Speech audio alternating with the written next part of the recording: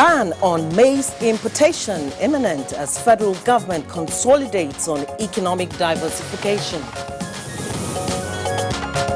This is action we have to take very quickly. We have to protect our farmers and protect our economy against dumping. Federal government to take over Farin Ruwa Hydro Project in Nasarawa State targets 20 megawatts of electricity.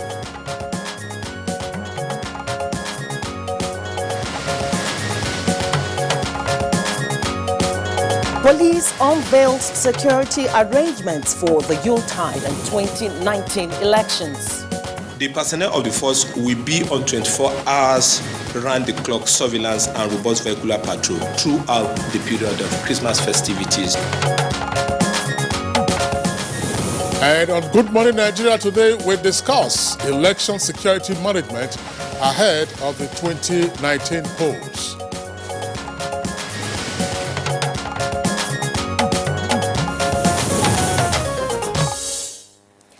With about 60 days before Nigerians go to the polls to decide who their next set of leaders will be, the stakes keep getting higher for political parties and their candidates as they crisscross the country to campaign. Well, Joy, so much is required to be put in place for a general election, such as that which Nigeria is heading towards next year. Now, you talk about the timetable and logistics required by the electoral body, the issue of financing, candidate selection, voter education, voter registration, and so much that needs to be done for a smooth process. That's right, Kingsley. Another very important component is security, which many say runs through all that you have just listed. Now, without a secure environment for Nigerians to freely exercise their will through the ballot, the whole essence of democracy is defeated. You're very right, Joy, and we're here talking about security before, during, and after the elections. And looking back at the political history of Nigeria, it can easily be pointed out that there were cases where the absence or alleged abuse of security led to very unpleasant consequences that dented the outcome of the electoral process. Now, the violence recorded, for instance, after the 2011 election is one such example. And we can go back to 1983, go back to 1964, 1965. Of course, Kingsley. That is why every administration, including the current one, places importance to election security management, which is at the center of the success or failure of the exercise. Now, everything is done to bring together all stakeholders to work for peaceful elections, devoid of violence and breakdown of law and order. And just last week, the Office of the National Security Advisor commenced a series of nationwide workshops on election security management, where security agencies and officials, of course, were required to upgrade their skills and capacity with regard to issues pertaining to election security before, during, and after the polls. Indeed, Kingsley, at that event, the issue of neutrality and professionalism by all security agencies was on the table and stressed as the stakeholders clearly agreed that security agencies cannot afford to take the side of any candidate or party, as doing so will be a recipe for disaster. Now, the security agencies are, however, expected to take sides with due process and the rules of the game as laid down by the Constitution, the Electoral Act, and indeed other relevant pieces of legislation. And thankfully, there is an election security manual that also spells out the do's and don'ts for agents and agencies involved in election security management. So this morning, we're looking closely at election security management ahead of the 2019 general elections. What are the preparations? What is the level of training and availability of security personnel for the elections? How can they be monitored to ensure they do not go beyond their brief and take sides? What kind of deployment should Nigerians expect? Welcome to the first edition for the week, reaching you as usual on Africa's largest television network, the Nigerian Television Authority, NTA. I am Joy Usiago, welcoming you to Good Morning Nigeria. And I'm Kingsley Osadolo. I join my colleague Joy and also welcome you to this edition of the program. in the course of which we shall have our regular complementary segments, and these are Newspaper Review, Business Sports Forum, and others. But first, let's take the highlights of the morning news with Ogua Vivian Oyedibia. Hi, Vivian. Good morning. Morning, Kingsley. Good morning, Joy. Good morning, Nigerians. Welcome to the news. The federal government is looking at the possibility of putting a total ban on maize importation into the country. Minister of Agriculture and Rural Development, Audu Ogbe, says Nigeria has attained self-sufficiency in maize production, being the third world largest producer of the produce. Depressing the price of maize is depressing the price on farms, and as some of you suggested earlier, this is action we have to take very quickly. We have to protect our farmers and protect our economy against dumping by all kinds of people. And about 10 billion naira is required to revive the Rua hydropower project, which the federal government is taking over from the Nasarawa state government. Permanent Secretary, Federal Ministry of Water Resources, Musa Ibrahim, who stated this during an inspection tour of the abandoned project, says it will add more than 20 megawatts of electricity to the national grid when resuscitated. The consultant has submitted a draft final report. The project was mainly for hydropower generation. We have added two very critical components to the project. We've added the water supply component. We are going to provide water for the communities, and we are also going to provide irrigation facilities. The Nigerian police force says it will embark on an elaborate security arrangement to ensure a hitch-free Christmas and New Year celebration as the nation heads to the 2019 general elections. First Public Relations Officer, Acting Deputy Commissioner of Police, Jimoh Moshood, stated this at the force headquarters in Abuja. The personnel of the force will be on 24 hours round-the-clock surveillance and robust vehicular patrol throughout the period of Christmas festivities and the New Year. Particular attention and adequate police deployment will also be carried out on places of worship, venues of celebration, including strategic public places. And the need has been stressed for Nigerians to cast all their burdens on Jesus Christ, who has the solution to all problems. Chairman of the Christian Association of Nigeria North Central, Reverend Israel Akonji, gave the admonition in his sermon at the annual NTA FRCN Service of 9 Lessons and Christmas Carol held in Abuja. Oh, the good news is that Jesus is that Samaritan. Jesus is the Comforter who was born at Christmas and whom we are celebrating today. Meanwhile, Nigerians have been urged to live together in peace, unity and love, irrespective of their ethnic, religious or political affiliation. Vice President Yemi Osinbajo stated this while addressing the Muslim Ummah at the 66th Annual Convention of Ahmadiyya Muslim Jamaat held in Ilaro, Ogun State. The Vice President also visited some markets in the Western Senatorial District of the state, where he interacted with the traders. It will be great because of people like you. Because first of all, you have chosen to live amongst other people in unity, in peace, and you have also chosen to teach other people to live in unity and in peace and in love. Well, that's it from this end. At this time, Good Morning Nigeria will continue with Joy and Kingsley right after the break. Unemployment, notably youth unemployment, features strongly in our party's manifesto. We intend to attack the problem frontally through revival of agriculture.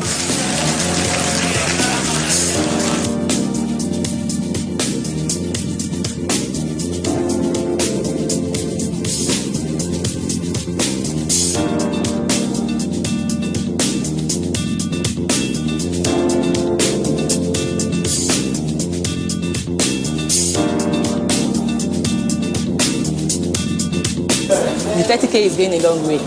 Actually, I bought an acre of land for 60K like 2012, and presently I have a cassava farm and a yam farm.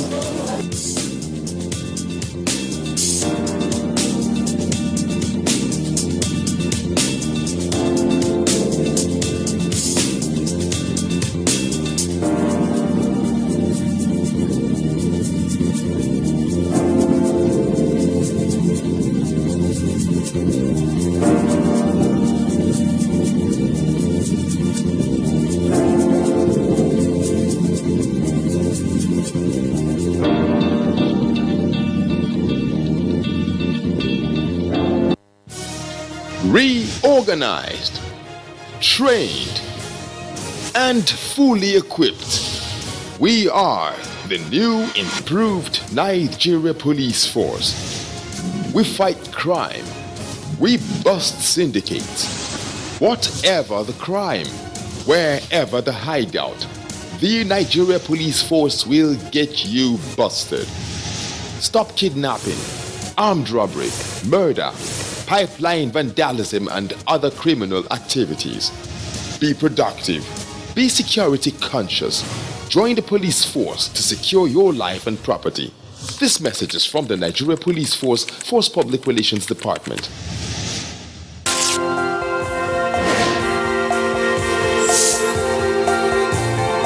My name is Mrs. Felicia Odunola Olojede.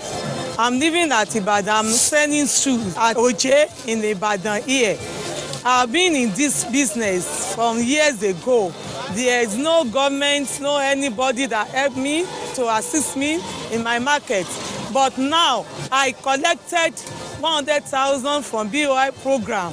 I like the program. Now my business has been increased without any collateral, without any surety.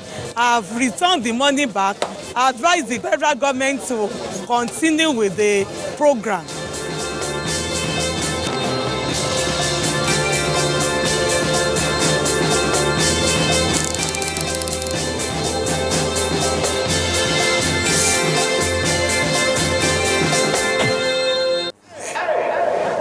To anyone who ever pushed me to go further.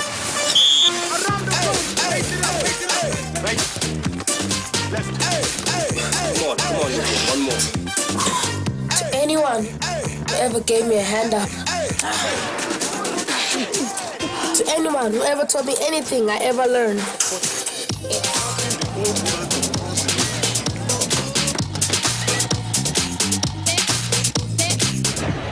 To those who work together to set the bar higher.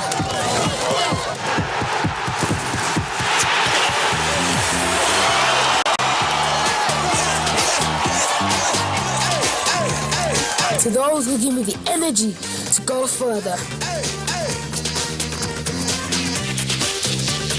This is my team, and my team makes me.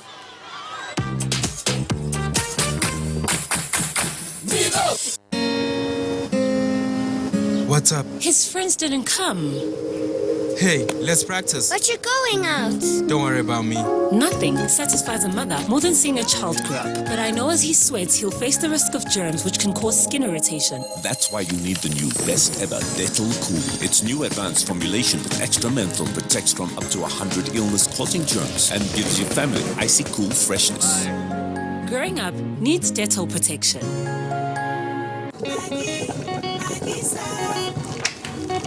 Who am I? I'm a caregiver, a slayer, Gifted, a boss lady, a foodie. I am the chief quality inspector and chief organizer. And when I'm cooking with my Maggie Star, I become a kitchen grand master. Every day, you choose to make the difference. That's why you choose Maggie Star, made from natural soya beans and other carefully selected ingredients to help you cook the difference. I am the chief enjoyment officer, and I'm the magnet that brings my family together. Need I say more? But best of all, I love what I do. With Maggie, cook the difference. Thanks for staying with us on Good Morning Nigeria. Nigeria Customs exceeds federal government's revenue target for 2018. These and more on Business News with Kunle Adeyeye. The Comptroller General of Customs, Colonel Hamid Ali, noted that despite the crushing economic hardship, the Nigeria Customs Service, at its first management meeting for 2018, set a target of 1.5 million naira revenue. However, the 2018 budget revenue expectation from customs and excise duty was placed at about 4.9% of the total revenue expectations. This, the custom boss says, has been exceeded. He further noted that the total amount generated by customs for the year will be announced by the end of December 2018. I'm not going to give you a figure now. I know we have surpassed the government target. We are working towards our own target, and by the end of December, inshallah, we'll let you know what we have been able to gather in total. In other stories, the federal government, in its bids to ensure a robust and well-equipped youth with entrepreneurial skills, have empowered about 2,000 young Nigerians in skills acquisition training through the Abuja Enterprise Agency. The trainees are expected to contribute to the nation's GDP and employ others so as to reduce the unemployment rating of the country. Helped me in starting my business. We're taught how to start our own businesses on our own. We can bring up our own studio, do some things, make up, and then we start gaining our own money on our own. For me to be part of the training, so I learned a lot. And the young people actually are beginning to show that they have capacity to make things happen. So with a good head start, with good mentoring, they will no longer search for jobs, but they will begin to work for themselves, having been empowered. Trading on the floor of the Nigerian Stock Exchange for the week ended Friday, 14th December, closed on a positive note. Here is the graphic representation of closing figures on the floor of the exchange.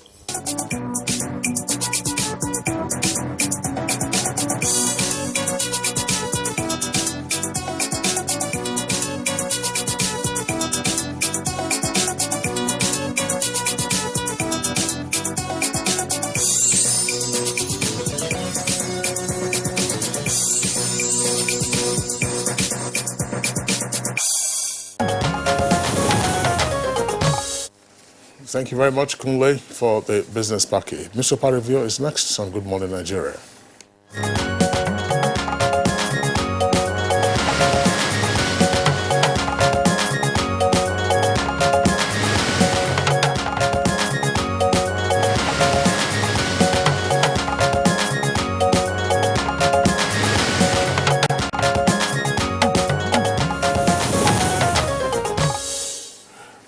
This is Parivia, Bayo Tebes of the studios with us this morning for a review session. Bayo, good morning.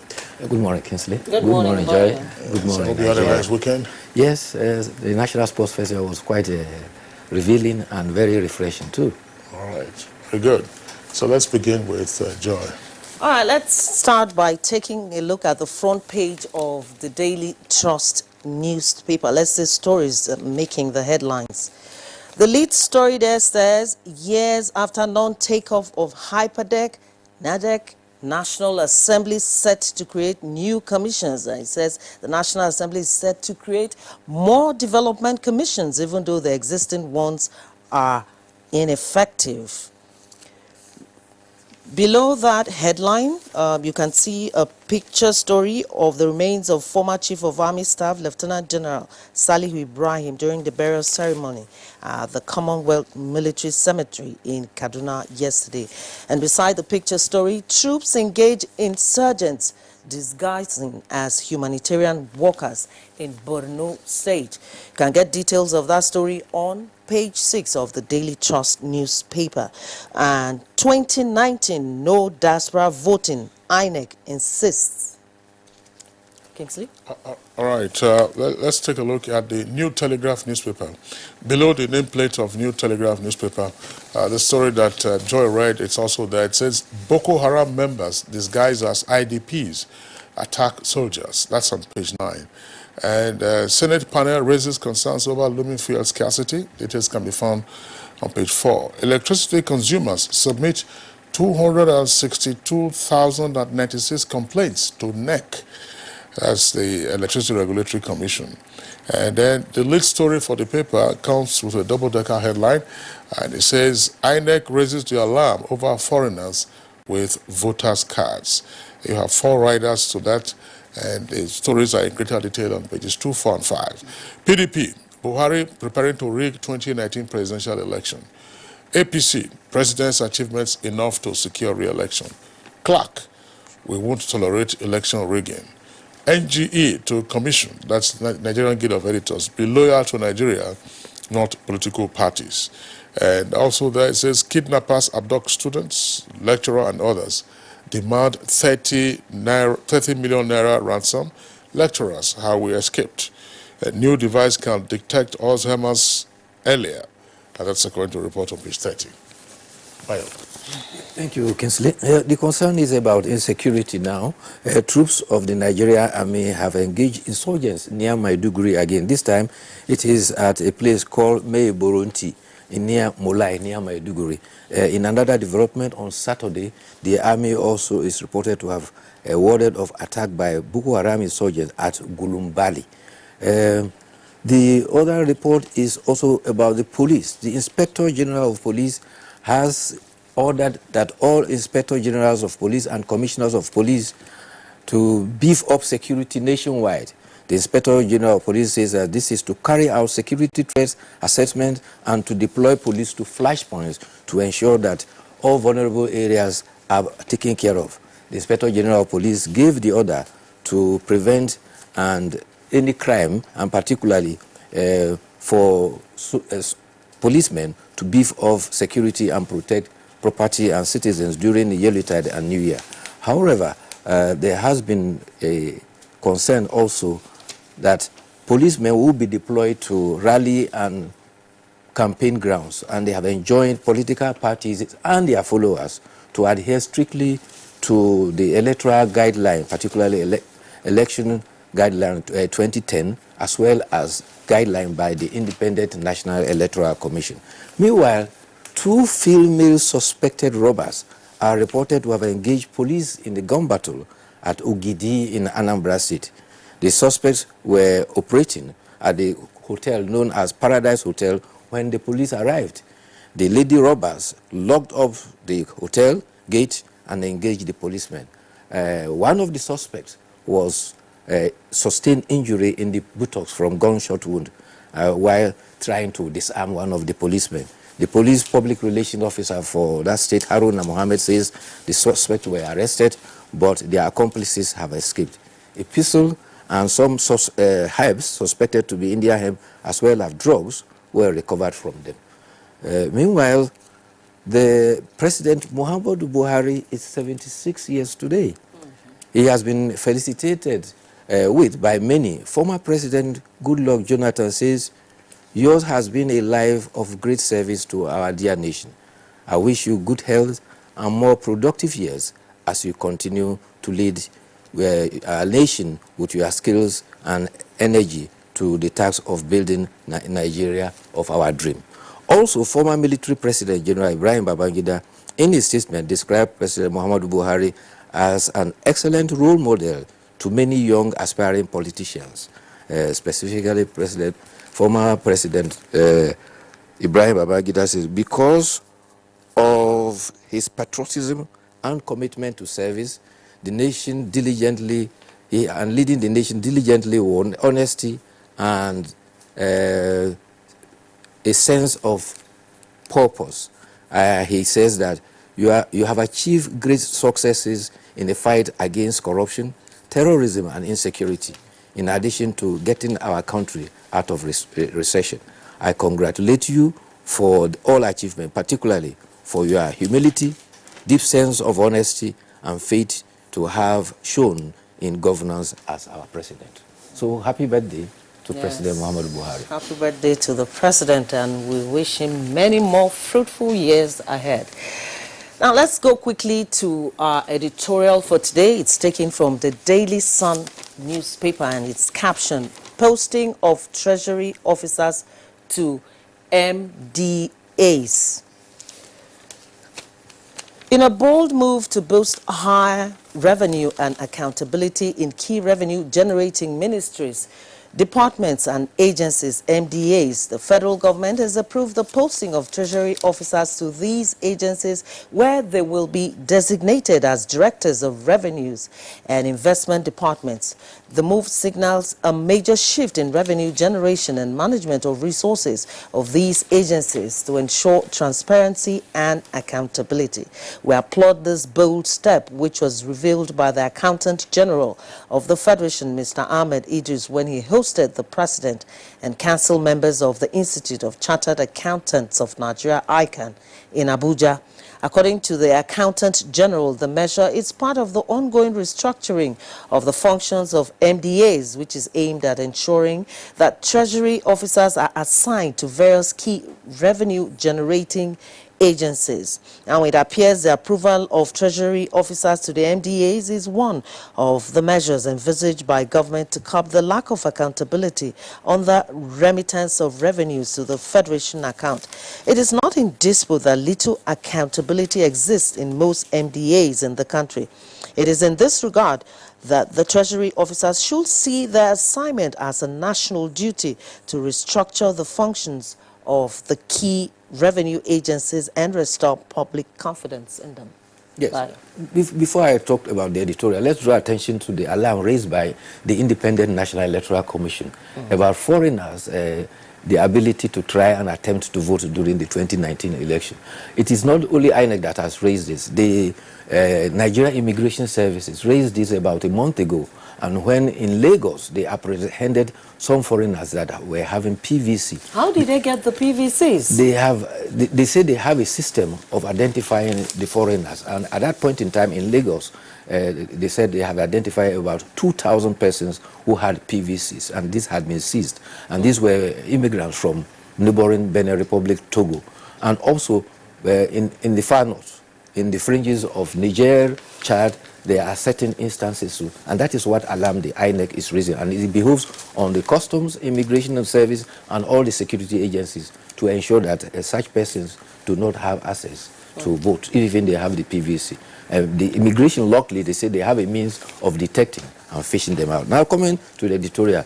Joe, you've read substantially what the editorial is saying, and in a nutshell, it's happened on the new measure which the Accountant General of the Federation, Alhaji Ahmed Idris, pointed out during the function with ICANN. And particularly, if you recall, the NITI also had drew attention that there are short changes which the Federation account is suffering from non-remittances to the Federation account. One of such was the NNPC were required to have remitted about 8 trillion, which was outstanding, another 566 billion to Federation account. Now, by deploying Treasury officers to particularly ministries, department, agencies, especially those that are commercial and revenue generating, the Accountant General of Federation thinks that they will be able to directly tap from the resources and the revenue that are supposed to accrue to the Federation account, and all instances of pilfering or undercutting the federal government through not remitting such monies to the Federation account will be needed in the board. And so that is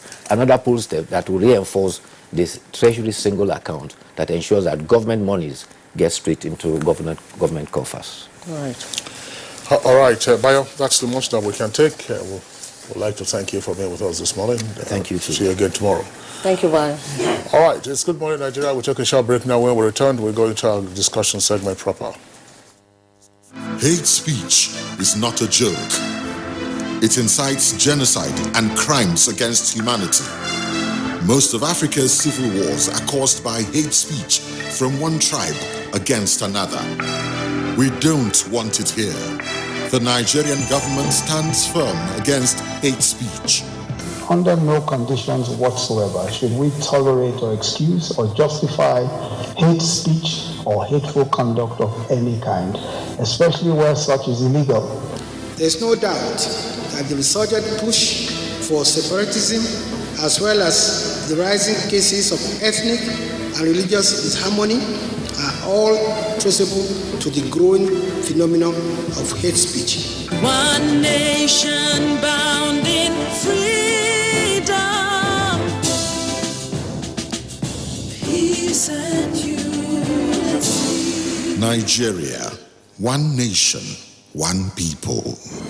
This is a public service announcement brought to you by NTA.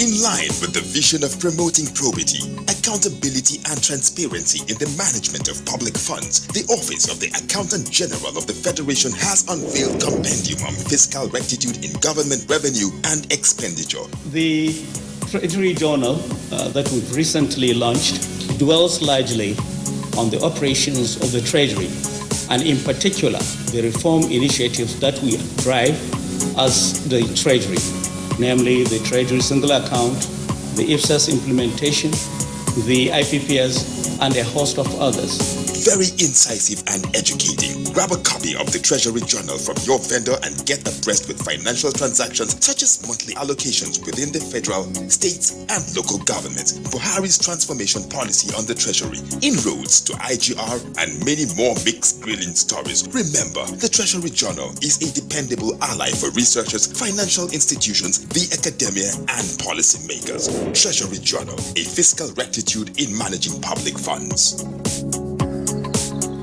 These days, people get their news and information from more media sources than ever before. Some of the news and information given are fake, unverified, doctored, and manufactured to create confusion, stir disaffection, and cause disunity. Before you believe or share any news, ask yourself, is this real? Is it from a credible source? Is it verified or verifiable? Fake news is dangerous, whether you do it for fun or for political gains. Real people can get hurt. Fake news, don't create it, don't spread it. This is a public service announcement from NTA. What's up? His friends didn't come. Hey, let's practice. But you're going out. Don't worry about me. Nothing satisfies a mother more than seeing a child grow up. But I know as he sweats, he'll face the risk of germs which can cause skin irritation. That's why you need the new best ever Dettol Cool. Its new advanced formulation with extra menthol protects from up to 100 illness-causing germs and gives your family icy cool freshness. Growing up needs Dettol protection.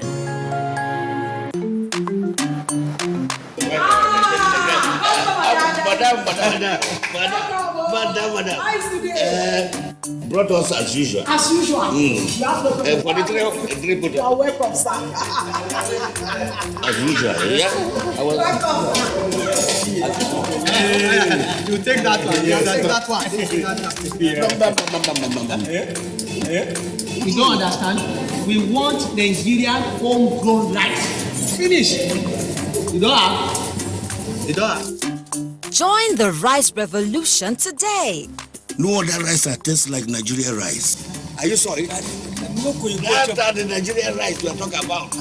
Chocolate made in Nigerian rice. Healthy food. I'm going to bring Mrs. Mobo to come to chocolate rice of made in Nigeria here. And see how it are made. Correct. How they are cook it. Correct. Homegrown rice are good for your health. It boosts our economy and give employment to our people. This message is brought to you by the Federal Ministry of Information and Culture. Thank you for staying with us. Now to kickstart our conversation on election security management, let's join Oyeyemi Ajayi for a background report. As Nigerians approach the 2019 general elections, expectations are high that the exercise will be another time when Nigerians demonstrate their choice as to who will govern them. Just as the electorates are sieving through the candidates and making up their minds, the electoral umpire, INEC, is making every effort and plan to ensuring not just free, fair and credible elections, but one that is better than what was obtained in 2015. To achieve this, security is very paramount. This includes the security of lives of the voters, officials of the electoral body, as well as candidates and the election materials, which must be safeguarded and kept intact. Part of the efforts is the signing of the peace accord by the political parties and presidential candidates, promising to ensuring they will not heat up the polity by prevailing upon their supporters to abide by the rules of the game and avoid anything that can jeopardize the interest of the country. Taking the step further, The Office of the National Security Advisor to the President recently organized a workshop for security agencies on election security management meant to prepare them for proper conduct before, during and after elections. It is worthy of note that the involvement of security agencies in the election process cannot be overemphasized, given the desperation of some politicians to win at all costs by the perpetration of electoral crimes such as snatching of ballot boxes, vote buying, disruption of elections, collusion and thuggery. Nigerians have already been assured by the Independent National Electoral Commission (INEC) of its readiness to work with all the security agencies in ensuring a violent, free and credible election. One major question Nigerians will like to have answers to is if these actors will indeed practice what they preach by standing by their promises to work towards a peaceful election. What are the measures being put in place to ensure that the security agencies are mobilized and properly equipped to carry out their duties? How will they be monitored to avoid the situation where they compromise and take sides of candidates or parties that are desperate and can buy them? What is the role of the people in all this? Guests on Good Morning Nigeria are ready to answer these questions and more shortly. Thank you very much, Oyemi Ajayi, for that backgrounder. We have with us in the studios a former Inspector General of Police who, in fact, was in office during the last general elections of 2015. Would like to welcome former IGP Suleiman Abba. Thank you very to much. our studios. Glad to be here. Okay. And then also here with us, regular face on Good Morning Nigeria, is a professor of criminology, Professor Etanibi Alemika. Is also a member of the Presidential Committee on Anti-Corruption. Professor Alemika, pleasure to have you again on Good Morning Nigeria. Good morning, Nigerians. Okay. And joining us from our Lagos network studios is a former Assistant Inspector General of Police, and at various times as Commissioner of Police, of course, he was in charge of some states. Would like to welcome Bala Hassan to Good Morning Nigeria again.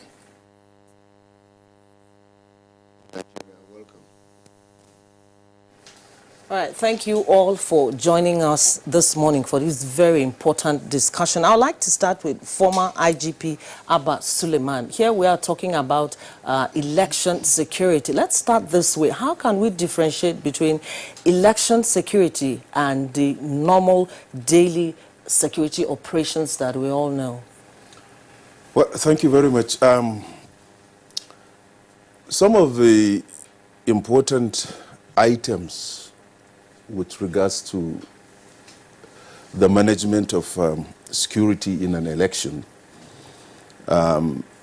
is the fact that the security agencies have to carry out what we call risk management, and this includes identifying the threats to the integrity of that election.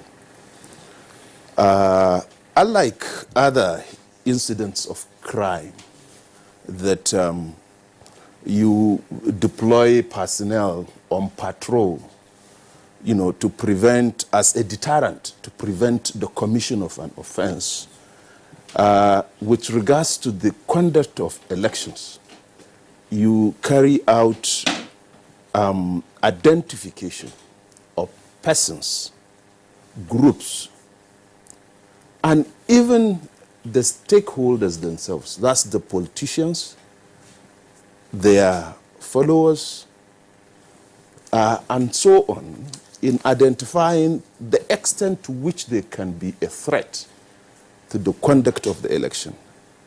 But I think most importantly, the provision of security of an election require the collaboration of all security agencies, particularly in a situation like our own, where the police do not have enough manpower to carry out that responsibility as provided in the Electoral Act.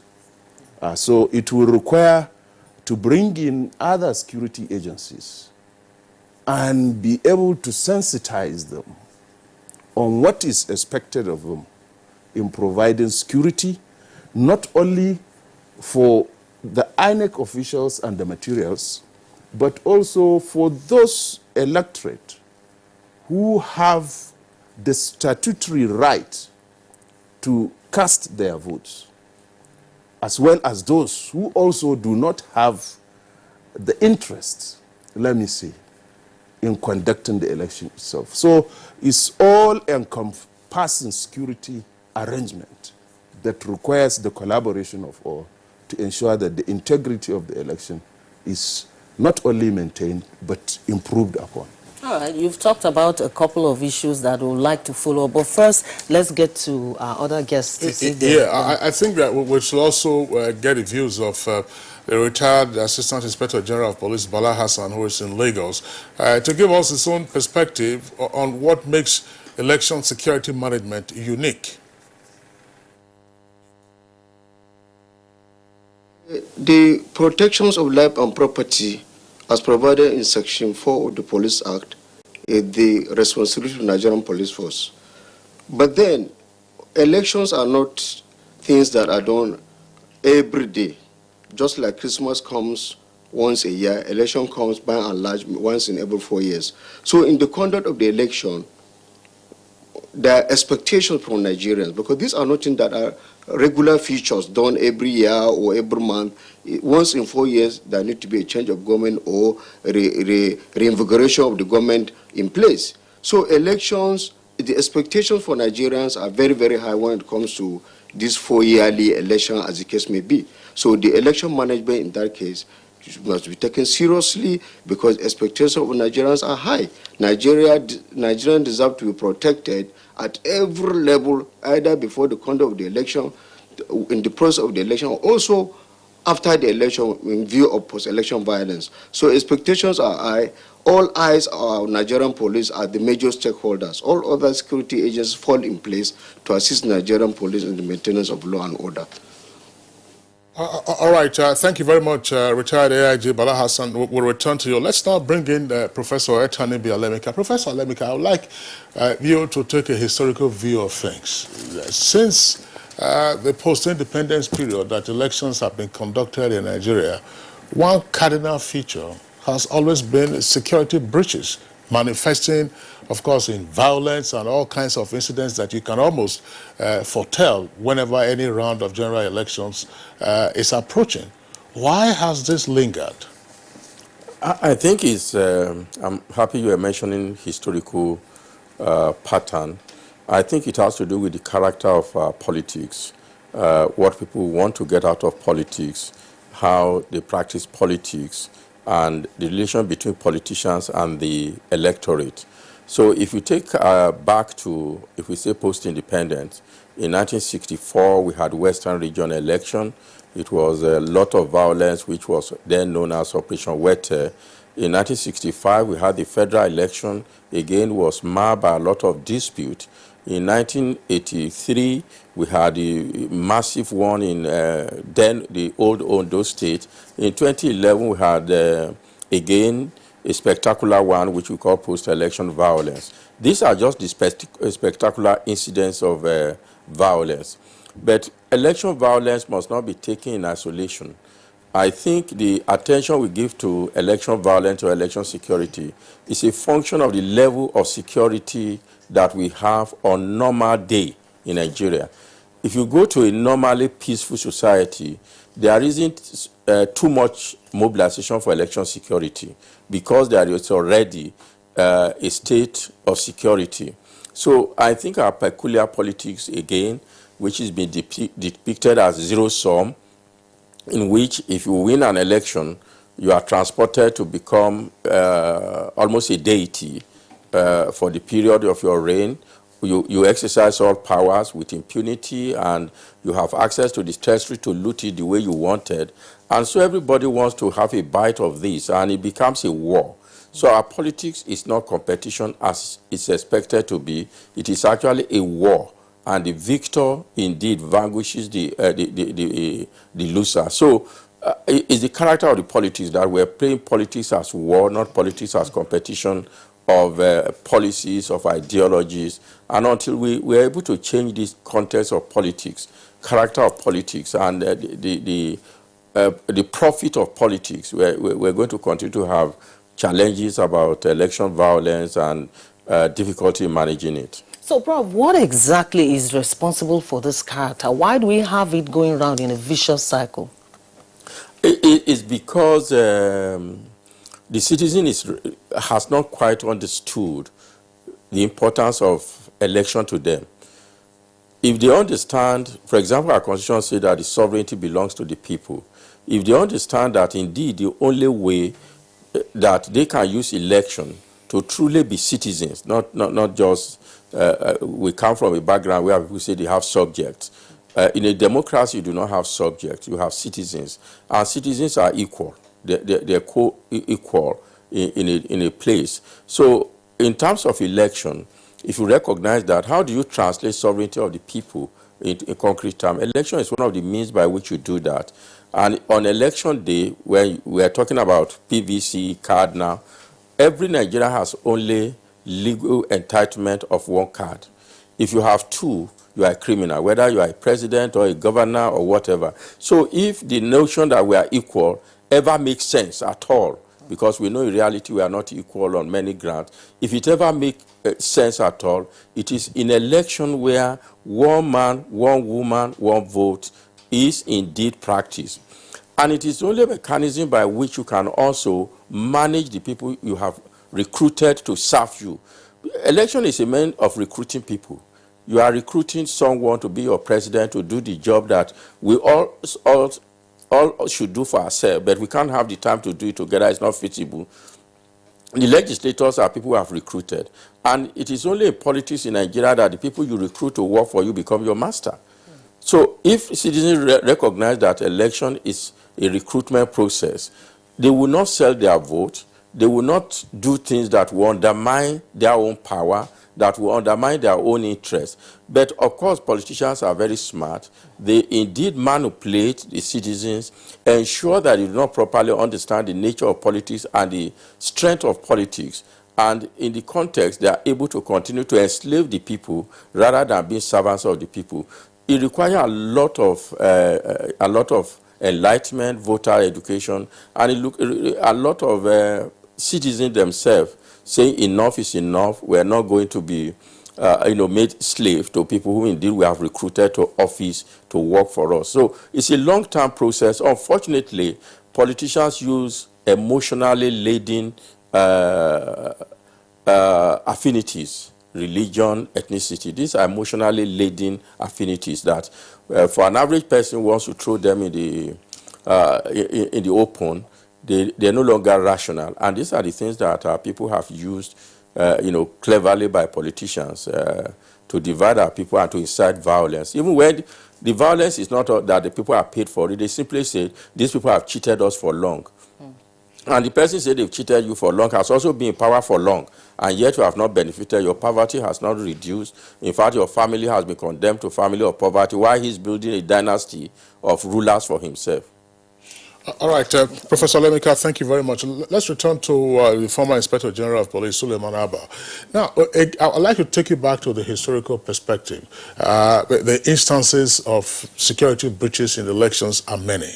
And one question that will arise is, the police, for instance, is the lead security agency in election matters. There are other agencies, but what lessons have the security agencies learned over the years to ensure that, listen, once we know that we're having another cycle of elections, crime prevention or all kinds of preventive measures are put in place to at least reduce the intensity of the criminality and other security breaches that we find to be always on the upswing with each cycle of election? Thank you very much. I think with what Professor Elemika has said, it is very clear that, don't mind the fact that I'm a politician now, politicians seem to be solely responsible for putting in place actions that lead to violence in elections. And if you take a historical background, you will see that in almost all previous elections, perhaps until 2011, when we began to have a much, much more credible election in Nigeria. You will see that it is politicians who connive with the security agencies. And if you check the records of the observers, the reports of made by observers in previous elections, you will see that reports have been made, most of them credible anyway, that politicians connive with security agencies to either change the results or get involved in actions that will deny parties that are not in government, parties in opposition, from having maximum number of their followers to cast their elections. Now, with these records, that is why, let me talk about the election that I led the security agencies in managing, of course, the provision of security. In 2015, we realized that it was important for the police to take a look at this very, very important problem, particularly to the nation, and come out with deliberate arrangements where we can avoid them. While I was Assistant Inspector General of Police in 2013, I was made chairman of a committee that planned the arrangements for the security of the 2015 elections. Now, in the report of that committee, we recommended, and it was accepted, that police officers should be sensitized to know the importance and also make sure that they are impartial, they are non-partisan, and they are civil in carrying out their responsibilities with regards to the 2015 national elections. And as God will have it, by 2014, I was made Inspector General of Police. So I went into, sensitizing the officers. And here, I mean, we carried out what we saw in the background to this program. We carried out a lot of workshops. And we directed the commissioners of police down to the DPO level, in fact, all departmental heads, to conduct weekly lectures, sensitize the officers, let them know their responsibilities. The responsibility of protecting all stakeholders and all materials with regards to the elections. And also make sure that no politician makes them partial, partisan, or uncivil. So what was the impact of that sensitization? Well, of course, you could see everybody accepts the fact that both observers from within and without have all reported that this 2015, or that 2015 election was the most peaceful and perhaps the most credible election. All right, we'll come back to you in the course of our conversation. Let's go over to Lagos. Let's hear the views of AIG Bala Hassan. Kingsley raised a very important question, and he was talking about the historical perspective, some of the challenges we've had over the years in the course of elections. Let's hear from your own perspective. What were some of the challenges that were encountered in the course of having various elections over the years? And talking about security management, would you say that the police is on top of its game in terms of taking note of these challenges and ensuring that we don't have them in 2019? Well, when you talk of election violence, historical perspective, those election violence of the 60s, we were not part of it, but the one we witnessed was the 2011 election, where some groups claimed that over 800 people died, following election violence, starting from Bauchi, most states in northern Nigeria. However, since as flowing from what the retired AG has said, after that particular incident, that election, many things followed, like sensitization of police officers. Officers are called and lectured about their role in the elections. Beyond that, it was after that election that we learned the arts and we put into place whereby before any election, you call the stakeholders to a meeting. Commissioners of police were directed to call.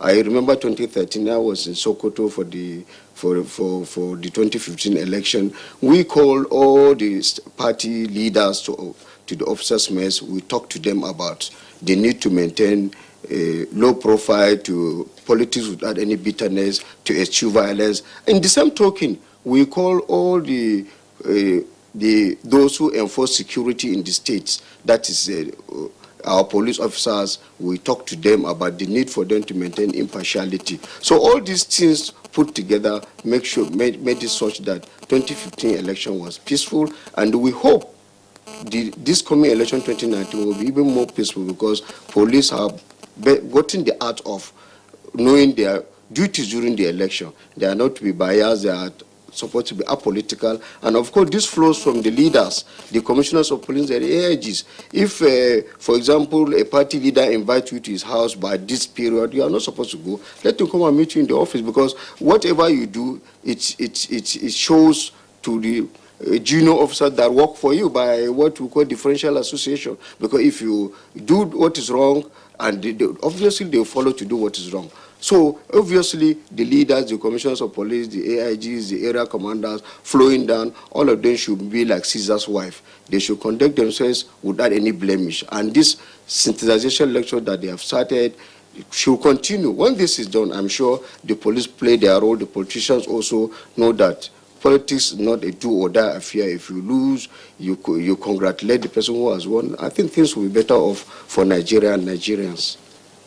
All right, AIG Bala Hassan, thank you. Again, we'll come back to you. I still would like us to pursue some of the points that the two former top cops have dwelt on, but this time from a different perspective. My question is coming to Professor Alemika.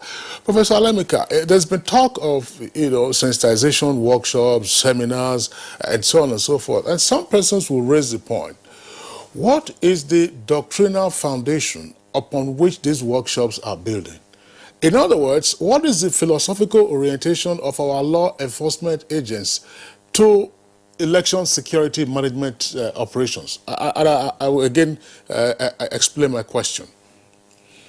If a government in power says something that, as we heard, for instance, 15 years ago, that the election will be a do or die, what is the message that the law enforcement agents take away from that?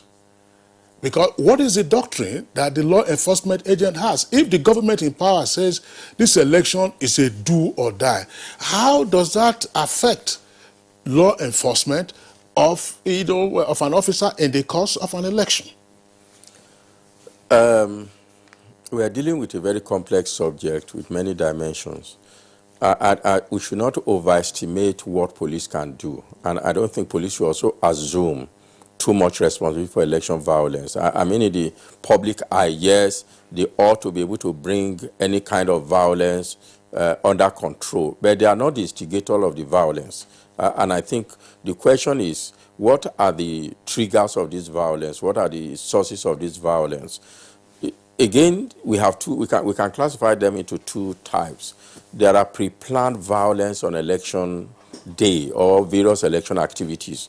Starting from even registration of voters, right through to campaign, right down to election at the polling day. So when we're talking of election management, ideally it's not about the polling day. Campaign, political campaign will be there, and then even event preceding it. I think they start with there are pre-planned and there are no pre-planned. Pre-planned is triggered by what we have just said. What is politics to politicians? If we want to compare some other countries, say the United States, for example, a lot of people that support either Republican or Democratic Party, especially heavy funders. They do not intend to benefit from that government in terms of appointment, in terms of contract. Their preoccupation is, this is the kind of policy that we expect to find. These are the kind of arrangement we want to have in our country, and we think these political parties better represent it. And they put their money there, they put their time there. But in our own case, our politicians are already gathering together which candidate will give us loot when he wins. And once you start politics from that, it's already violent, because there is another group that is also planning how to capture the resources and divide it. And that's why I will say, in Nigeria for now, let us not deceive ourselves. Politics is still organized crime. Politics is still organized crime in Nigeria. Political parties are just criminal cartels. And once we understand this relationship, these organized crime and criminal cartels, what they use mostly are usually violence and corruption. And I'm not surprised that our politics is heavily loaded with the problem of violence and corruption. Now, specifically, in terms of what needs to be done in the triggers, police can do a lot in terms of intelligence, in terms of pre-planned violence, in terms of election security threat analysis, and they can then deploy effectively, first to disrupt those plans and to make sure they do not come to fruition even before election, and therefore you minimize the amount of violence on election day. And there are a series of those that can be undertaken. There are hotspot states, and of course there are environment. But another trigger of violence is the capacity to manage the election efficiently. For example, some of them are not pre-planned. You get to election polling unit. Polling officers are not there. Some papers are not there. That is a trigger for violence. Again, you have only 2 police officers at that polling unit. What can they do when indeed the polling materials are not there? So it is not just security people that do, have responsibility for mitigating violence. It means we need to equip electoral management bodies to be very efficient, to prevent the second one, in which, of course, it's not pre-planned and instigated by frustration at the polling unit. Again, it is not just the government in power that employ violence. Like I've said, these are cartels, vying for power. Even opposition also, they can disrupt an election where they think you have a particular party, whether in power or out of power, has advantage, so that there will be a repeat at the point they think they may also have, capacity to win election. There are many reasons for which they use it, and it's not just one way. So, specifically now, how do we deal with the security agencies in terms of workshop? You are talking the doctrinal aspect. First, I think the statement you make is very, very do or die. Even beyond that, you find in 2003 elections, and these were petitions. I think the petition that was it the NPP then brought against the president, the election, the presidential election then, and it was stated in that petition that in Port Harcourt, soldiers were actually made to thumbprint. It's in that document, the judgment of I think Buhari versus Obasanjo, that election of 2003. And in the judgment, it was said, the judge actually said at the Court of Appeal how the impunity that these people were not punished. So again, there are times when the party in power actually recruit police as part of its stock. Not the security agencies, not just the police. At its own security. In this case, was actually the army personnel of a unit, and documented in that judgment. So there are times when the police in the state is so compromised in terms of resources that is made available for them to support a political party.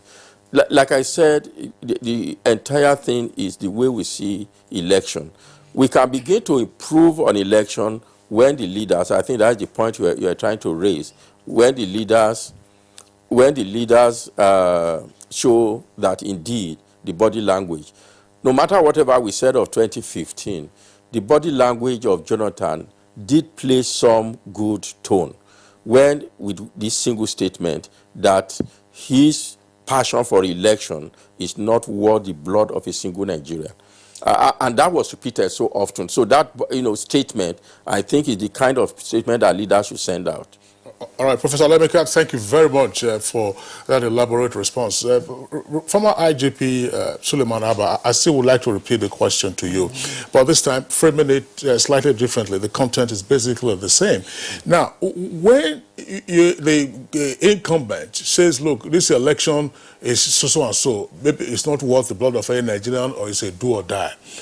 Some persons also believe that following from that is what you hear to be the so-called order from above. That down the line, officers, whether of the police or other agencies, begin to behave in tandem with the instructions flowing from the political authorities. How should security agencies deal with all of this? Because when you look at the symptoms, first of all, how many bigwigs get to be arrested during the election cycle violence that we get to see from time to time? Well, thank you very much. I think whatever it is, we cannot undermine the importance of training with regards to the achievement of any task at all, including the provision of security in an election. So, in whatever way we look at it, seminars, workshops, deliberate training conducted for officers involved in the provision of security to an election is very important, and nothing can be said or done to undermine it. But coming back directly to what you are saying, the fact that leaders can direct,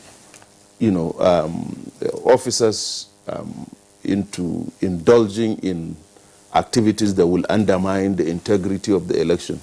Of course, we should all know, and it is a common saying in almost every society in Nigeria that politicians are never to be trusted. It is one thing for a politician to say, I would want peace, and it is another for him to do otherwise, particularly behind the scene. Don't forget, you saw in 2015, even with what the politicians have been saying about violence, you saw how a very senior politician from the ruling party doing everything deliberately to disrupt the collation of the results of an election. And looking at what happened in Ivory Coast, similar to it was, in fact, what the senior ruling party official was trying to do. And those of us who were at the management of the affairs of the conduct of the election knew that it was a deliberate plan, resulting from an arrangement requiring even the police to get involved in that punitive arrangement to disrupt the election. But because the police was highly sensitized, particularly with the historical perspective, and through these same workshops that we are talking about and the lectures that I earlier mentioned, we were able to prepare ourselves and say no to it. Even though we knew we were facing somebody representing the party in power, we said no to it. We stood our ground. You could see how the INEC chairman was making a telephone call. He called me, and I told him he had nothing to worry because we had prior information of what the senior officer of the ruling party was trying to do.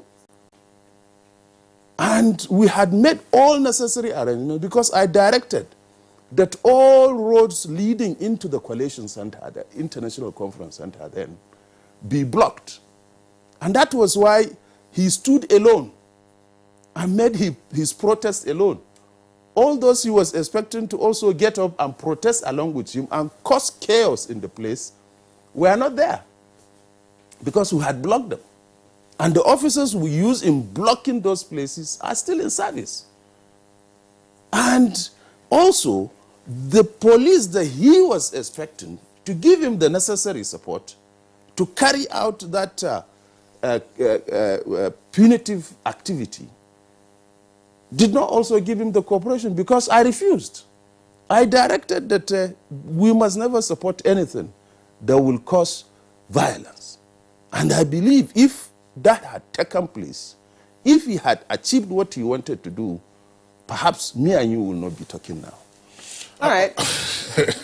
I want us to go quickly to retired AIG Bala Hassan in Lagos. Now, listening to the conversation, the analysis in the Abuja studios, it is obvious that a sensitization exercise for our security agencies in terms of election management security now, it's working. But again, from what we heard from Professor Lemika, it is obvious that there is a need for engagement with stakeholders now, especially politicians.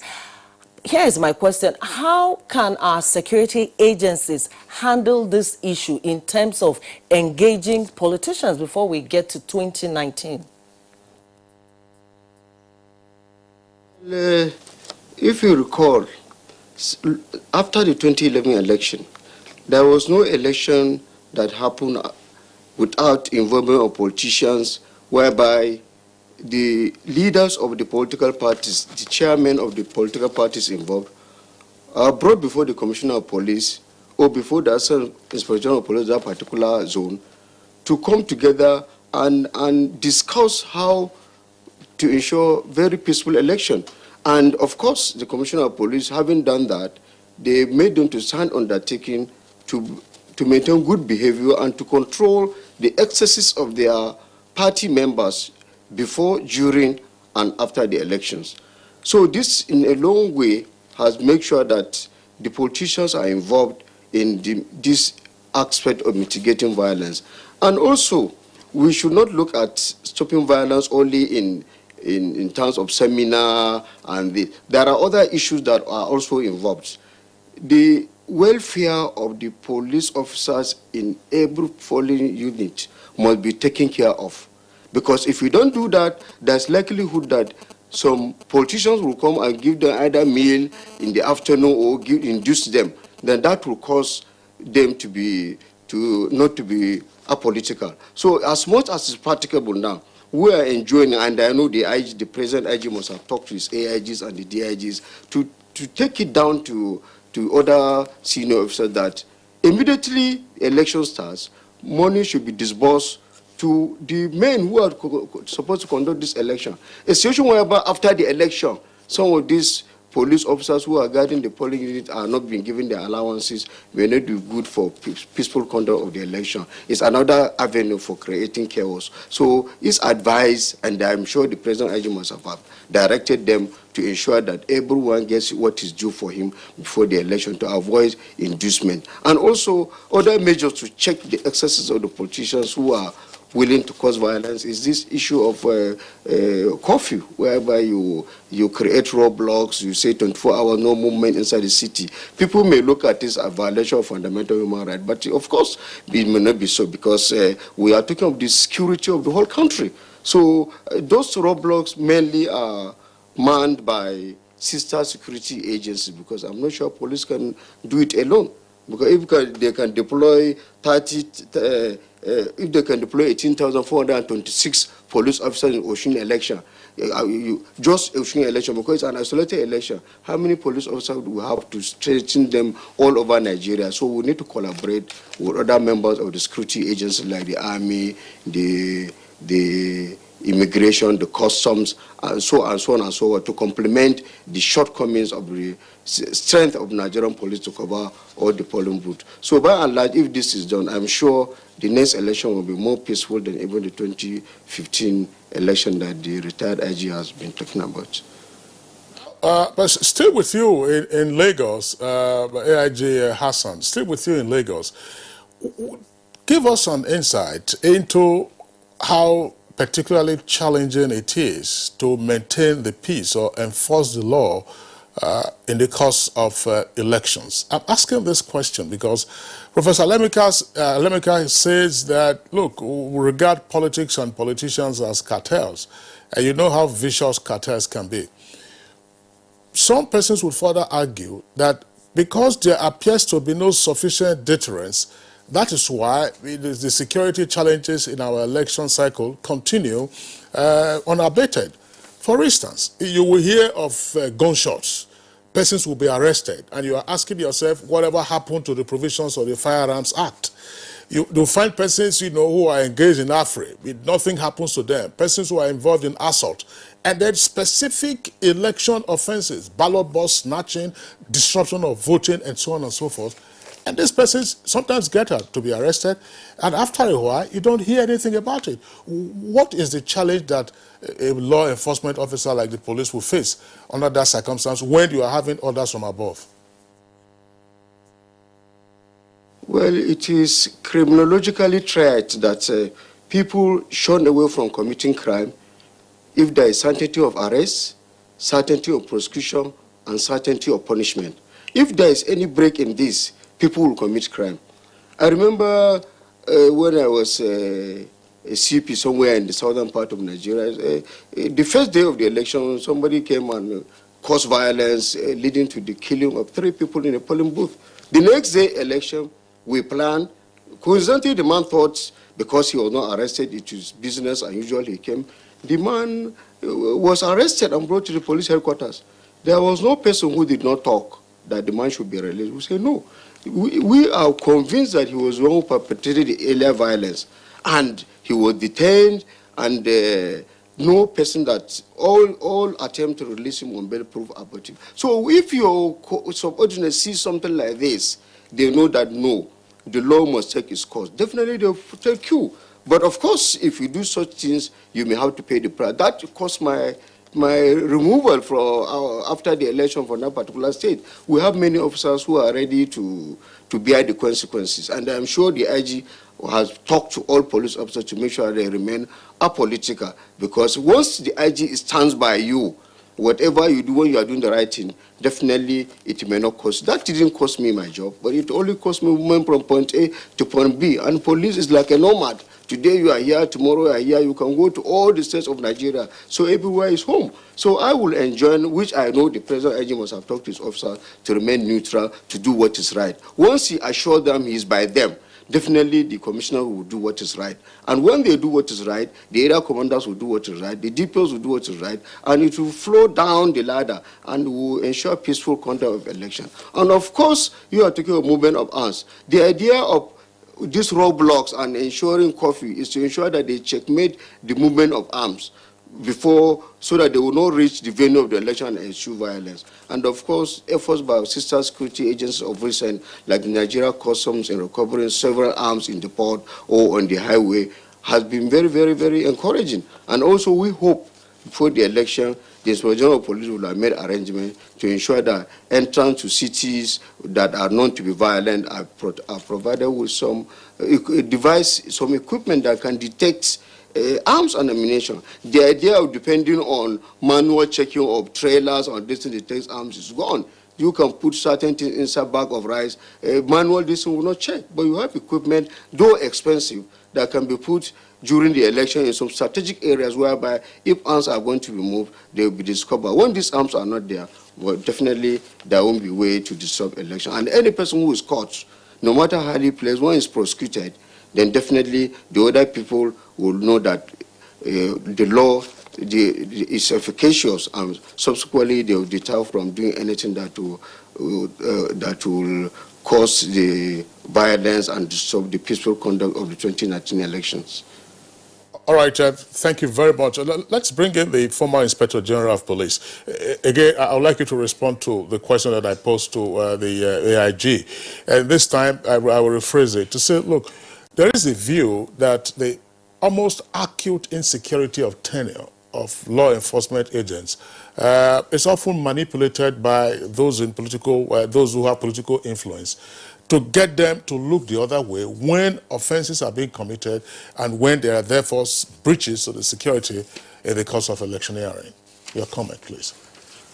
Well, let me also say a few words with regards to the issue of allowing violators of election offenses and the issue vis-a-vis their prosecution.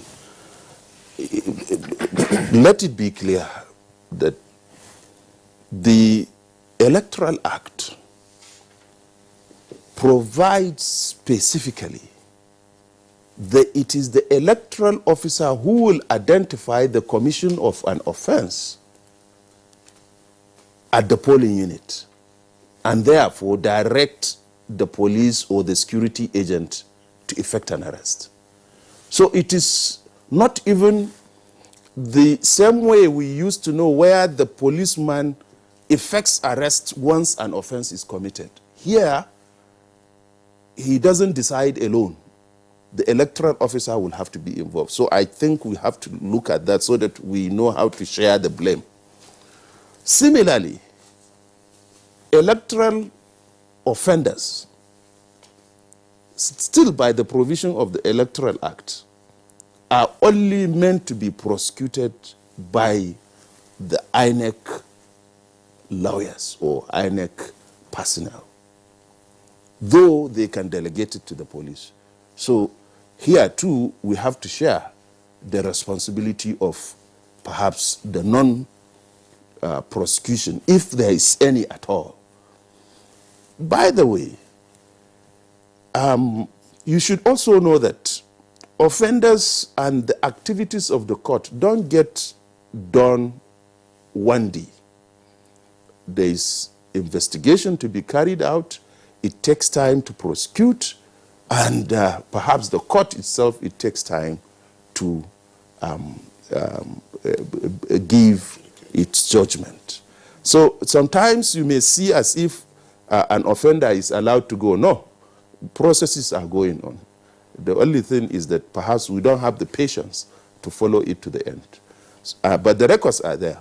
A lot of electoral offenders get prosecuted and in fact get jailed or get fined as the law provides. But then coming back to the issue of politicians manipulating the fact that they have the power to appoint and fire let's say an IG directly, as was said anyway in my own case by the press secretary of that government, that they have the power to hire and fire. But of course we all know it is God that has the ultimate power of hiring and firing, and it can happen to anybody. But coming back to it, I think it is left to the officer affected, to use his discretion and perhaps weigh which is more important to him. Is it the survival of the nation that is more important to him, or protecting his own job? Is it the security of the society as a whole that matters most to him, or his own personal security? That's with regards to securing his job now. But I think what we should all note, and of course it includes public officers in every other service of government or service of the people, we should all know that sometimes it is what you play with that can consume you. I think if you are only concerned about your job, you should know that apart from you who may feel scared, you should also know that you have your own parents, perhaps your own grandchildren or children somewhere away from you. And if for any reason this violence spreads, it can consume them as well. But I must say it has been happening for a very long time, and that's why I made reference of 2011 elections. In 2011 elections, I was Commissioner of Police in Rivers, and I was deployed to Lagos. And it was there in Lagos where I could rightfully say that I saw an Inspector General of Police who didn't care what the government in power or his appointees will say, and went on to accept that my discretion was what mattered most. I remember a candidate son of a serving ambassador in Nigeria, serving in one of the African countries, realized that he had lost the election. And he went on to a collation center and made attempts to disrupt it. My attention was drawn to it, and I said, arrest him. He was arrested. And I called the Inspector General of Police. I told him, I have arrested a PDP candidate. He said, what did you do? I told him what he tried to do. He said, if you believe you have enough evidence that he was trying to cause chaos, then go ahead with what you've done. And I kept him until the collation was completed, and that's how we had peace. So it is left to the officer. If he's professional enough, he should know that what is on his neck is peace for the majority of the people who are law-abiding, which is most important, than peace for a few who just believe that because they have power, they can manipulate it and cause chaos. Thank you very much, former IGP Suleiman. You're still watching Good Morning Nigeria. We'll take a short break now. When we return, you get to hear the views of our online viewers, and then we'll continue with the conversation. Stay with us. Oh boy, climb this thing now. No be only to connect lights. Come do on yourself now. Now wow. Oh boy, calm down now. Oga Kasali electrician who will look for this. Oh, Oga Kasali, come help us fix this wire now. Sorry, I no longer carry out illegal connection. It puts the lives of people at risk and can cause fire outbreak and disrupt power supply. I will never be part of anything that has to do with this any longer, because change begins with me.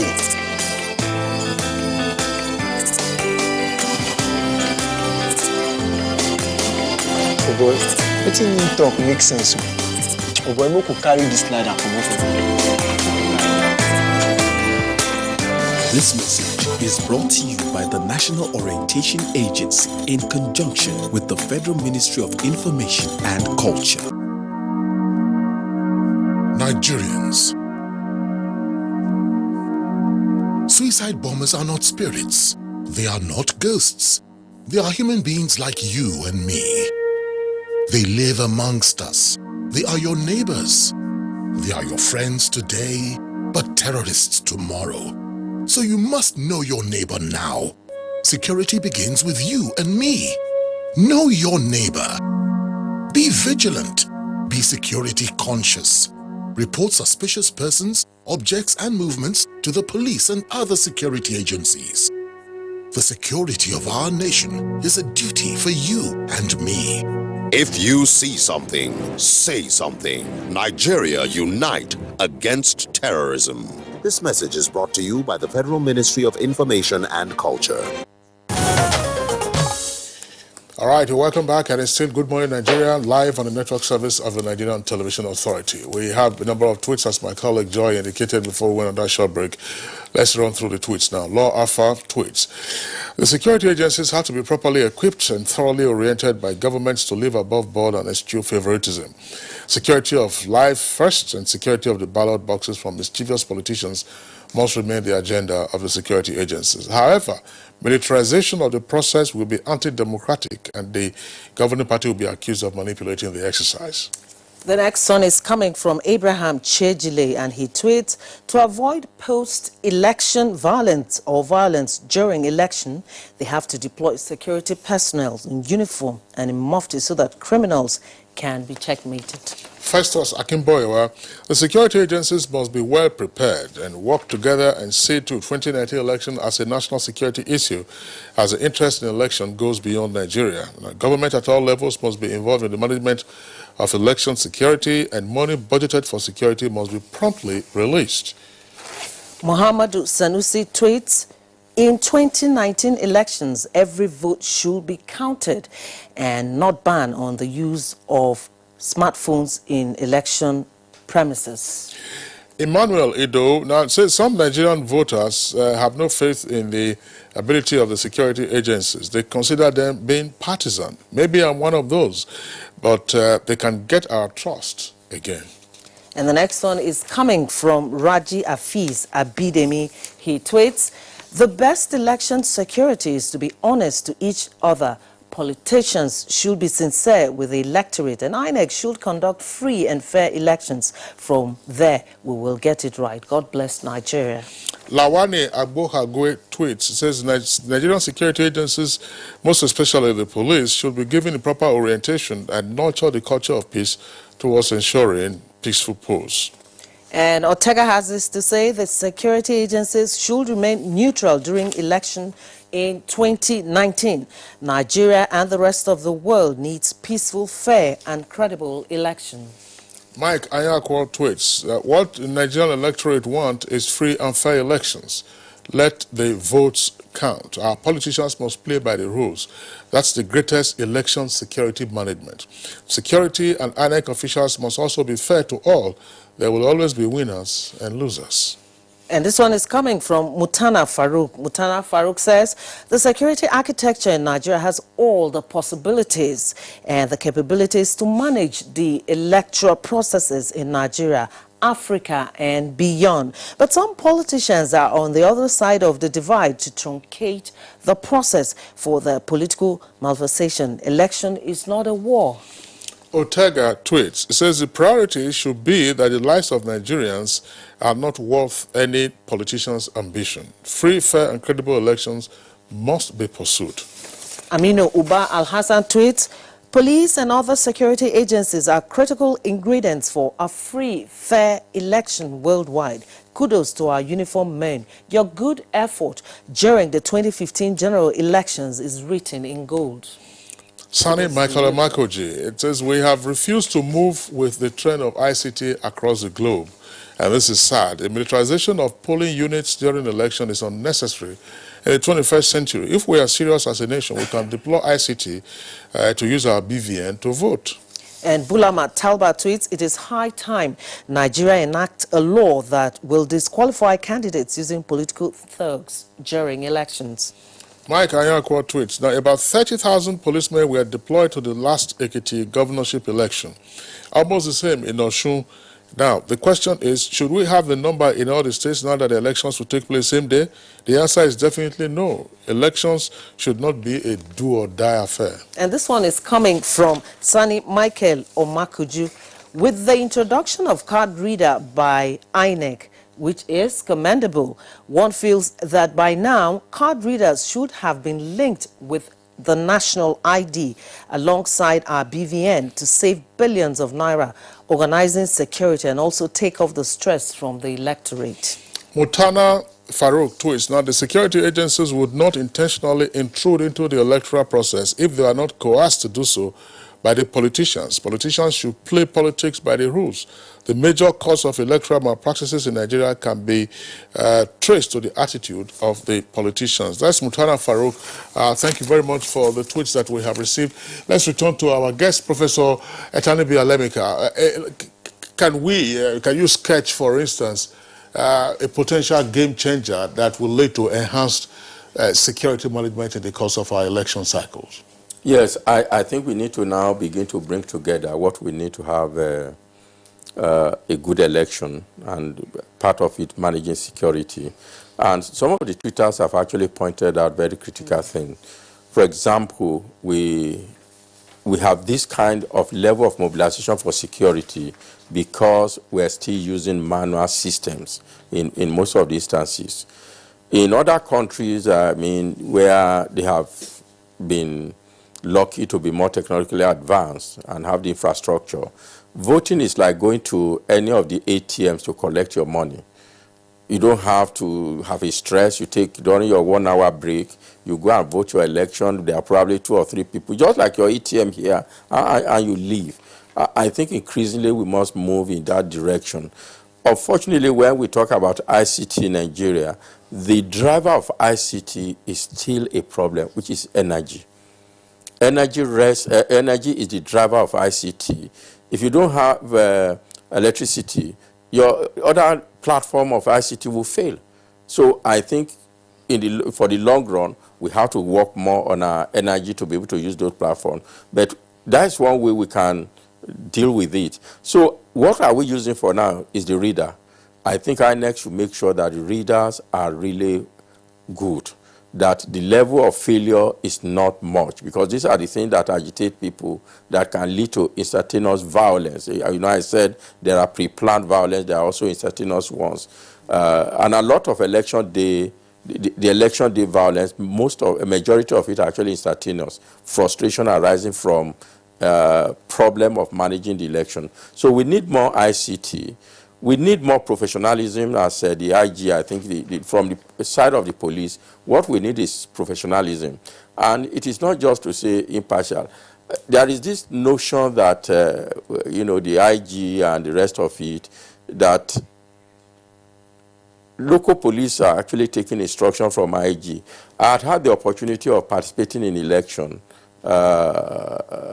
monitoring, you know, process leading to election in 1999. Then I was a director of National Orientation Agency. And I used to tell INEC chairman, I said, you are not the most powerful person in INEC. The most powerful person in INEC is the local electoral officer who is in charge of local government. And that person is not even concerned about the political party in power or not in power. He's, you know, concerned about his pocket. So everybody, police, the security agencies in Nigeria are available to anyone who offer what is interesting. Let's not assume it's just the party in power. So what I think the security agencies need to do is also ICT. Intelligence is important. Intelligence will help you to understand what is going to happen, the risk analysis, you know, how to target those ones, and minimize the election day risk.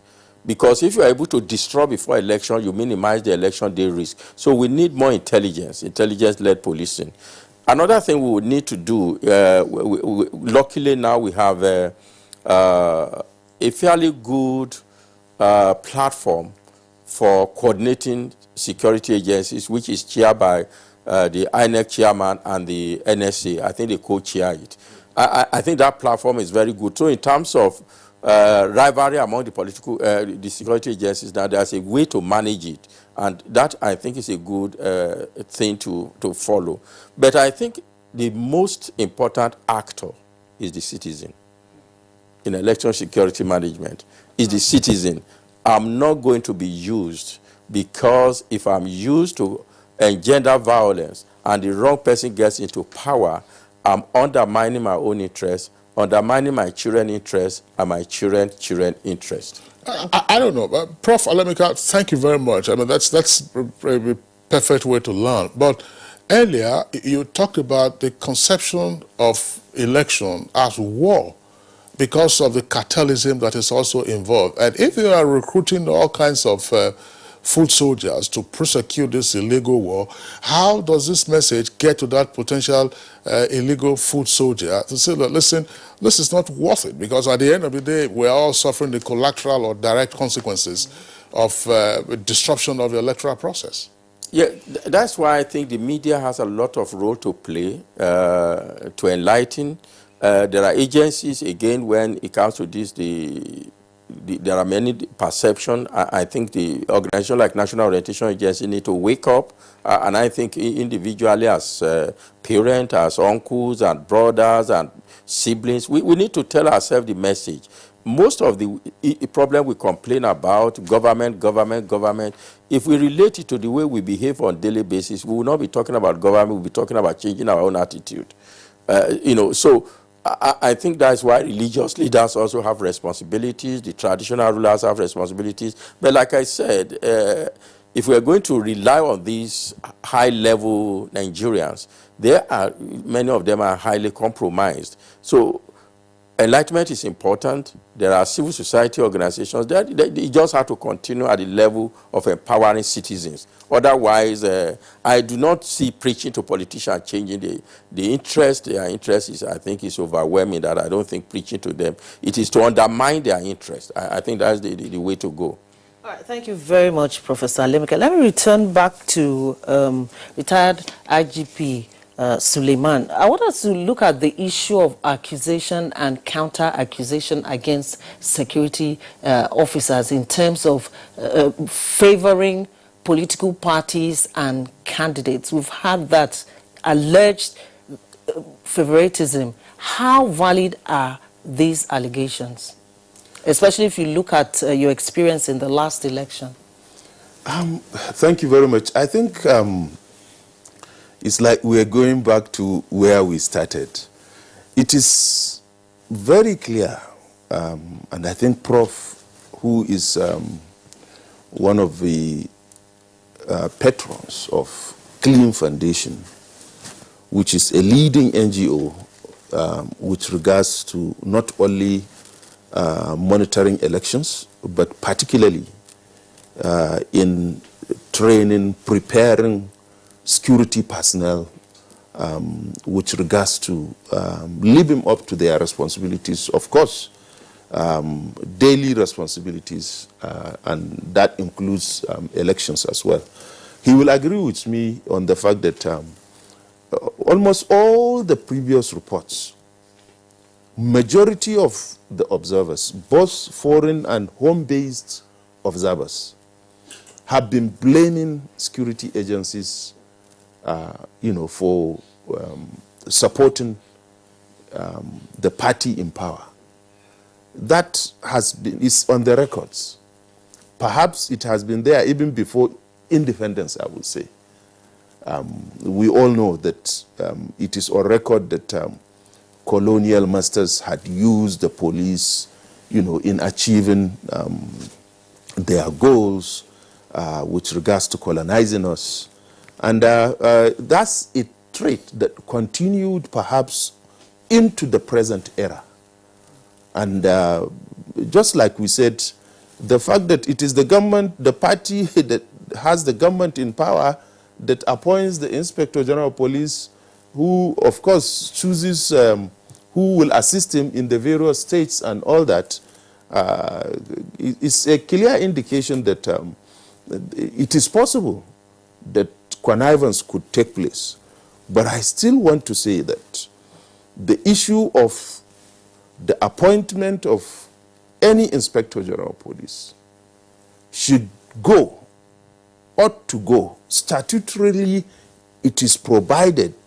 It is not meant for you to serve only the interest of the party in power. But this is not even about the incumbent alone. It is said that politicians, because they have money, they control some security officers. Well, let me say that I still agree with what Professor Alemika said, that politicians, yes, they can buy INEC officials, they can buy security officials. But we must also accept that there has been a resolve which clearly manifested in the 2015 elections. A resolve by both INEC officials and by security personnel. You should recall that there were INEC officials who said, so person had given me money, and they refused to go along with them. And you will also see that, yes, some were even arrested later on. But even those arrested did not succeed in changing what the voters decided. So I think we should begin to look at how we move on from that foundation. A foundation where INEC officials, either because now they cannot manipulate the system, have stopped it. Security officials, because of the sensitization, have now made a resolve not to connive with politicians, since that's how you want me to put it, any politician at all, in changing the numbers. And I must say, in 2015, that was why, even though funds were allocated very late, I made sure that every police officer was paid, and was paid more than what they were ever paid before for the conduct of an election. And that got into their accounts before the day of the election. So that, I believe, also contributed in making their independent decisions. I must tell you, a reference that was made by the previous government that the police had become indisciplined made reference to nothing other than the fact that an inspector of police was giving instruction by a serving minister at a polling unit which he refused to obey it in compliance to our directive. That was what was called the police becoming indisciplined. All right, former Inspector General of Police, Suleiman Abbas, thank you very much. Well, of course, the point should also be underscored from what we have seen in the conduct of elections, particularly since the Fourth Republic. INEC, that's to say the election management body, has gradually been shutting down the various avenues for the manipulation of the electoral process. So, to the extent that the opportunities for finagling with the outcome of the elections get to be narrowed, politicians, of course, are getting into dire straits and perhaps also become more desperate.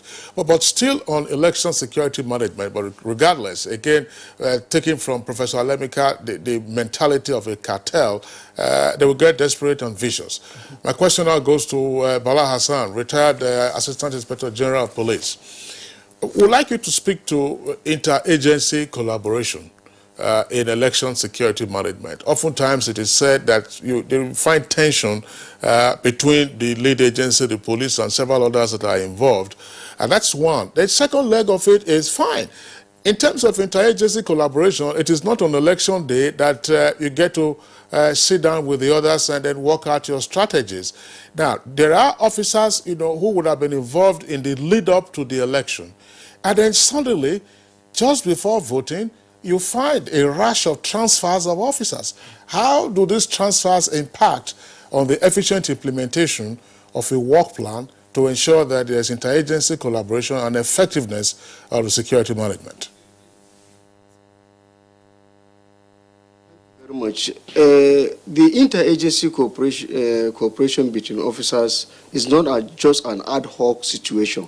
It's something that takes place long before the conduct of the elections, whereby a meeting is held, mostly in INEC office. The Commissioner of Police, the other stakeholders will come, they meet periodically to understand themselves, to have a synergy towards the conduct of the election. This has been on, and it pays creditably because if you look at the issue of foreigners having our voters card, where a policeman may not discover who is a Nigerian, who is a Chadian, an immigration officer in the fold of that security committee will be able to know that this person is not a Nigerian and therefore he is not authorized, he is not entitled to vote. So this has been happening, it has been working well for long. And not only that, we have what we call control centers in the various police commands. Control centers, whereby during the election, the military will bring their men, some police also will bring their men, and some of the security agencies, from there, they monitor what is happening, and they are able to react in case there are situations that happen that are detrimental to the conduct of the election. Well, to the second arm of your question, constant transfer during election, where this thing has been happening for the past 8-9 years, and the purpose of that to ensure impartiality, because if you are a commissioner of police in a particular state, you stay with the governor, you sometimes you even eat lunch with him and all that. So by the time election comes, the expectation of the governor is that you may be able to play one role for the conduct of the election. But by the time they move you from Rivers to Lagos, or like in my own case, I was in Abuja, they took me to Niger. So the governor in Niger then, in Abuja, then will see a different person brought from another state. So that is the purpose of that is to ensure impartiality during the election. It has paid well, and I'm not sure there are any group of people who have discredited that type of system whereby during election you change commissioners. And in fact, some people go to the extent of changing even the area commanders and the DPO. So, but that by and large, the purpose of these changes is to ensure impartiality during the conduct of the elections. As the retired IG has said, once the steps you took when he was the IG by paying men directly their money into their accounts is done, there is no way you can influence, because the influence starts from the voting station, not even from the CP. So if you carry 10,000 naira to give a police inspector, already they have paid him 150,000 from the headquarters, he will look at you and he will not obey your order.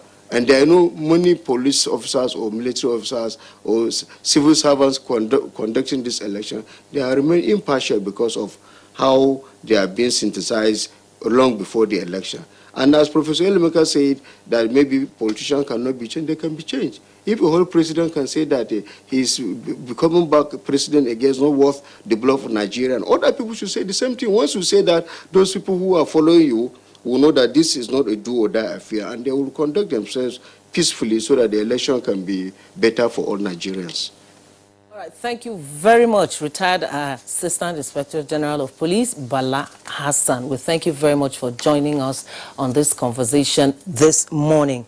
We'll also like to thank the retired Inspector General of Police, Abba Suleiman, who joined us for this conversation this morning. Thank you very much for your contributions. My pleasure to be here. And I'll also like to thank Professor Etani B. Alemika, Professor of Criminology and member, Presidential Committee on Anti-Corruption. Thank you very much for your insightful contribution. Good morning.